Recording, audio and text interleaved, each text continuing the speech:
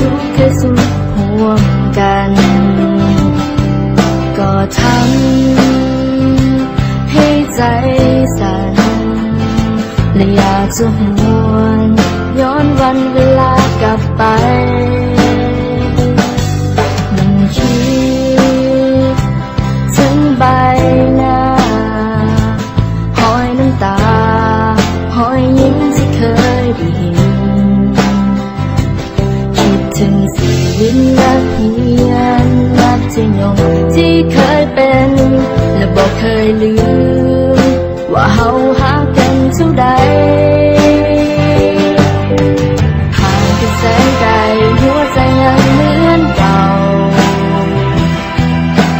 ห่างกันเท่าใดหัวใจเฮาเหมือนเดิมห่างกันแสนนานความคิดถึงที่มีนับวันยิ่งเพิ่มเติมให้รู้ว่าเฮายังบ่ลืมกันจากวันนี้บอกว่าจะโดนเท่าใดจะให้สัญญาต่อกันว่าจะเก็บเอาความทรงจำของเราไว้ในหัวใจจะเก็บมันไว้และจะเป็นกำลังใจให้กันเพื่อในวันต่อไปถ้าเจ้าหากต้องเสียใจหรือเจ้าต้องมีน้ำตาคอยนึกถึงความทรงจำของเราในวันที่เราเคยอยู่เคียงข้างกันและมันยังคงจะเป็นแบบนั้นตลอดไป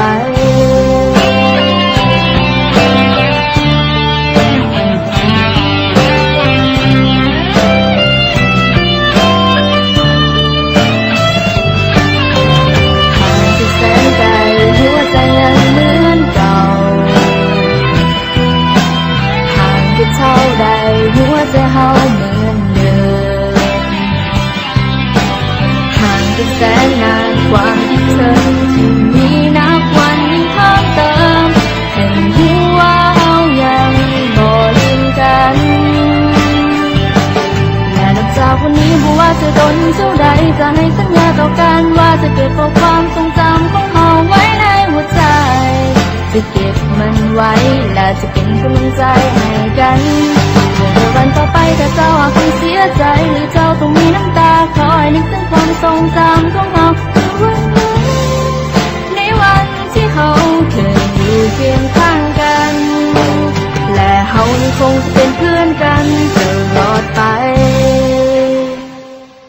และนับจากวันนี้บอกว่าจะโดนเท่าใดจะให้สัญญาต่อกันว่าจะเก็บเอาความทรงจำของเราไว้ในหัวใจจะเก็บมันไว้และจะเป็นกำลังใจให้กันเมื่อในวันต่อไปถ้าเจ้าหากต้องเสียใจหรือเจ้าต้องมีน้ำตาขอให้นึกถึงความทรงจำของเราเมื่อวันนั้นในวันที่เราเคยอยู่เคียงข้างกันและเรายังคงจะเป็นเพื่อนกัน